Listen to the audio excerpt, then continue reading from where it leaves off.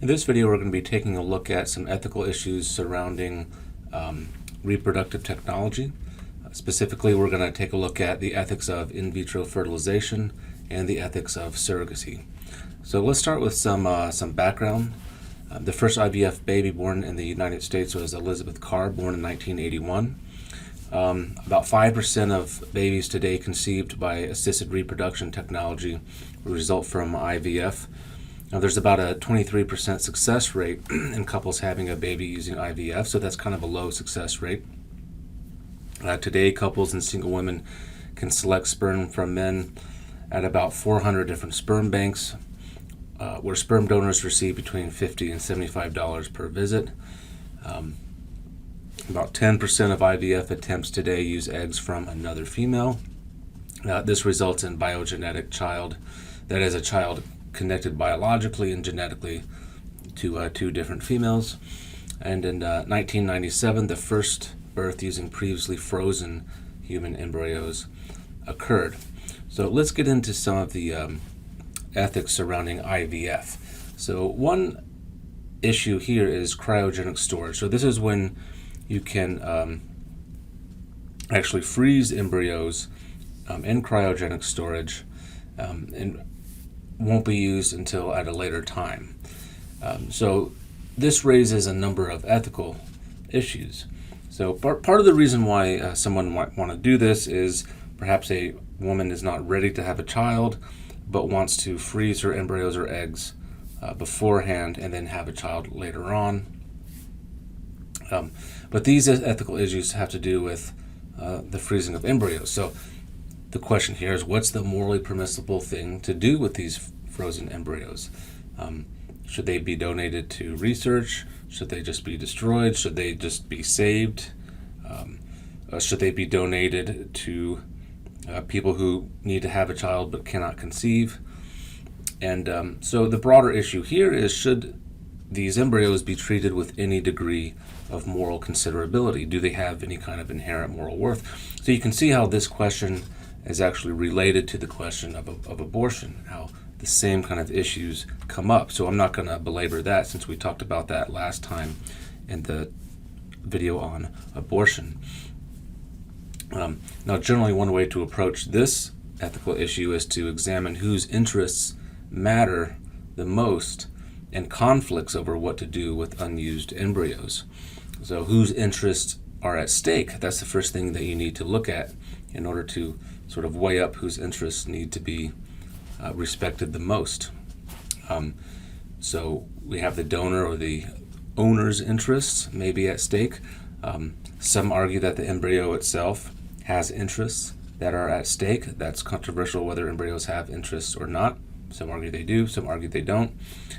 Society has interests at stake if there is social benefit from the research that could come out that may be done on embryos.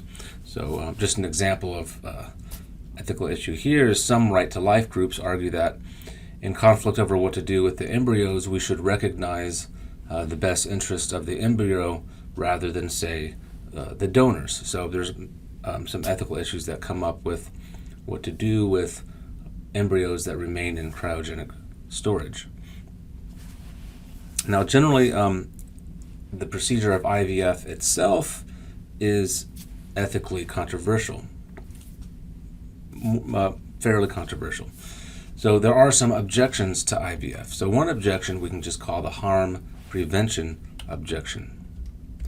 And according to this objection, IVF is objectionable because of the potential harm it could cause the future child. So we shouldn't do this because the future child may suffer as a result of the IVF. Now, there's a couple of replies to this objection. The first reply is that whether or not this objection succeeds is going to depend on the level of risk that's involved with IVF. So quoting the book, we see that babies conceived through IVF have approximately twice the normal rate of birth defects. That may sound like it's way more than babies who are not conceived by IVF, but it's still a pretty low percentage. So around 4% overall have birth defects, while babies that are not conceived through IVF, the more natural way, have a 2% risk, according to some studies. So there are risks involved, but it's 4%. So the risk doesn't seem to be that high. But that may be up for one's judgment. The second reply to this objection is that you're not really harming the child, the future child, because if IVF was not used, that future child would not exist. Say IVF was not used and then natural reproduction was used, it would be some other child. So if IVF was not used, the child would simply not be alive, so there would be no child that could have been harmed. Another response here is that life with birth defects or disease is better than no life at all. So if a child has birth defects as a result of IVF, it's still better for that child to be alive than to not exist at all. So existence with birth defects is better than no existence at all. So this is one reply. Now there may be a problem with this reply to the objection. One may say that, well, non-existence before birth and existence after birth, they're just not really comparable. So it is up for debate how well this reply responds to the original objection. I sort of alluded to this earlier. There is something weird about the idea of harming a future person. This runs into what's called the non-identity problem. And there's another video in the module that will explain the non-identity problem. But basically it comes down to this. Here's the weirdness of the idea of harming a future child. So again, the objection is that IVF is bad because it could harm the future child. And that was the objection against IVF. But what's weird about this is how could a child that doesn't exist be harmed? So if you don't do IVF, then the child's not going to exist ever in the first place. So if the particular child wasn't born from IVF, then that particular child would never have existed in the first place. So by attempting to save the future particular child from harm by not doing IVF, you would actually be preventing that child from existing in the first place. So it's almost impossible to harm a future child by doing IVF, because if you don't do IVF, that future child would not exist at all. And this is because the existence of a particular person depends on the conditions that ultimately cause that person to come into existence and form as a person. So for example, you exist only because a particular sperm and fertilized a particular egg at some particular moment. Now, that's called the non-identity problem. Now, there may be a way to sort of avoid that weirdness and that issue. We could perhaps use the concept of abnormal harm to get around this non-identity paradox. So abnormal harm requires a norm of development that is not met. So if the child does not meet this norm of development, then we can say that the child is harmed. So IVF could harm a baby in this sense if it caused some defect or deficiency that a normal baby would not have had. So that might be a way to get around this non-identity problem. So let's look at some more objections, possible objections to IVF. So one objection is that we shouldn't do IVF, in vitro fertilization, because it's going to, if it becomes a normal practice, it's going to change our attitudes toward our offspring. It's going to cause us to view offspring as merely a product that's manufactured, as a commodity with some kind of price tag. We're going to see this come up later on with genetic enhancement. Similar objection to genetic enhancement. But in any case, this is a possible objection to IVF, but I would say the objection is problematic because we just, as far as I can tell, we just don't really see any evidence for this. Babies that are a result of IVF don't seem to be regarded in this kind of way as if they were some sort of commodity. So this objection does not seem to work very well. Okay, so much for IVF. let's move on to the issue of surrogacy. So this is reproductive surrogacy. Now, there are different kinds of surrogacy that we need to take into consideration, because whether or not surrogacy is morally objectionable may depend on what kind of surrogacy we're talking about. So we have traditional surrogacy, when the surrogate uses her own egg. We have gestational surrogacy, when the surrogate does not use her own egg. We have commercial surrogacy, where the surrogate gets paid to carry the unborn to term. And then we have voluntary surrogacy, in which the surrogate does not get paid to carry the unborn to term. Now, many people think that there are moral differences between commercial and voluntary surrogacy, as we will see. At the time of this recording, surrogacy is illegal in many countries: France, Germany, Spain, Italy, Portugal, and Bulgaria. Commercial surrogacy in particular is illegal in the UK, Ireland, Denmark, and Belgium. Commercial surrogacy is legal in some US states. So you can see that the law regarding surrogacy is going to differ depending on the country and the state. So why might someone think that commercial surrogacy in particular is morally wrong? So some argue that commercial surrogacy is wrong because it amounts to baby selling. So a surrogate gets paid to carry out the baby, then hands the baby over, once the baby is born, to the people that paid her. Does this amount to baby selling? That certainly seems like a bad thing, to sell babies. But is commercial surrogacy baby selling? Well, for the first thing to consider is that this argument relies on the assumption that the rightful or legitimate parent is the surrogate who's actually carrying the baby, because if that's the rightful parent, then that makes possible that she could actually sell the baby. If the rightful parent is already the donor, who is not the surrogate, then no selling is actually happening. They're just receiving the baby that's already rightfully theirs. So that's one thing to take in consideration. Whether this objection works depends on whether or not the surrogate is the legitimate parent. And then that gets into issues of who would be the legitimate parent. The person that,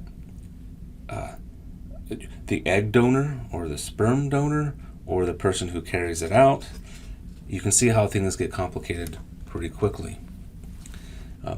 Now, one way we can reply to this argument against commercial surrogacy is to say that we can avoid this baby selling point by viewing surrogacy as more like prenatal adoption rather than selling a baby. In other words, our reply could say, well, the surrogate is not selling the baby, rather the surrogate is getting paid for the risks and sacrifices that she goes through in carrying the baby for term. They're not getting paid to give up the baby, they're getting paid to compensate for these burdens that they undergo. So the giving up the baby is interpreted as surrendering it to the father, the person who donated the sperm. And to be clear, here we're talking about a surrogate who uses her own egg, but the father donates his sperm. Okay, so another ethical issue that arises with IVF is the issue of older parents. So with reproductive technology like IVF, age may no longer prevent women from having a baby. And we've seen older women have children. For example, in 1997, a 63-year-old gave birth to a healthy baby. In 2005, a 66-year-old gave birth to a healthy baby. By 1998, the age limit for having a surrogate baby was 55. Now this raises the question, should there be an age limit for having a child? To answer that question, we need to identify the morally relevant considerations that can help inform our judgment. So we can think about what are the considerations that matter here for having a cutoff. Should the cutoff be 55? Should it be earlier? So one set of considerations has to do with the well-being of the child who is born. It may be risky for an older person to have a baby. Now, if it's a surrogate, that may not be relevant because the surrogate is having the child. But it also may be risky for the child because their parents may die when the child is at a relatively young age. Actually, it might be inevitable that the parents will die when the child is at a relatively young age, depending on how old the parents are. And is this good for the child? I mean, is this going to maybe cause psychological damage to the child? Another thing to consider is, how well could, say, a 63-year-old take care of a child versus somebody who's younger? These are empirical claims, so we would need to do some empirical investigation to see. On the other hand, we could look at the interests of the older individual who wants to have the child. Shouldn't they have the freedom or the autonomy to have a child whenever they want? So a point against having age limits is that it infringes upon the older person's autonomy to prevent them from having a child. So you can see how there's some considerations that favor having an age limit and some considerations that don't favor having an age limit. Now, Gregory Pence, the author of the textbook, puts out some possible regulations for IVF and surrogacy. So he presents some ways to regulate fertility clinics that deal with these ethical issues that we've just raised. At this point, many clinics don't really have many policies regarding these. So Pence suggests that there shouldn't be any artificial reproduction for women over the age of 55. And again, we consider, well, why would one support this? One might say, well, the reason for this is because it puts too much risk for the child for various reasons. He also suggests that implantation of no more than one embryo and no introduction of sperm when ovaries mature more than 2 eggs. So why might one think this? Again, it poses more of a risk to the future child. It increases the risk of birth defects if you do this, or if you implant more than one embryo, and so on. The third possible regulation that he advances is there should not be a selection of gender of embryos, except for gender-linked genetic disorders. So in other words, there should be a prohibition against selecting a male or a female baby just because you prefer a male rather than a female. Now, if it's to prevent some sort of genetic disease, that's okay. But if it's just for your preference, that should not be allowed. Well, why might one think that? It could lead to gender discrimination. It could exacerbate discriminatory norms that are already in place in society. It could also disrupt fertility rates down the line during future generations. So there are a few reasons for that. On the other hand, you might disagree with number 3 and say, well, why infringe upon somebody's autonomy, someone's freedom to choose the sex of their child?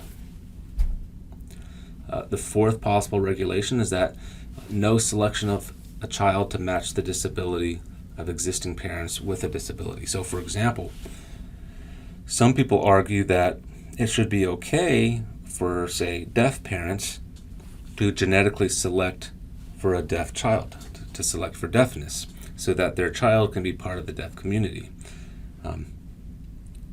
Gregory Pence is saying that that should be prohibited.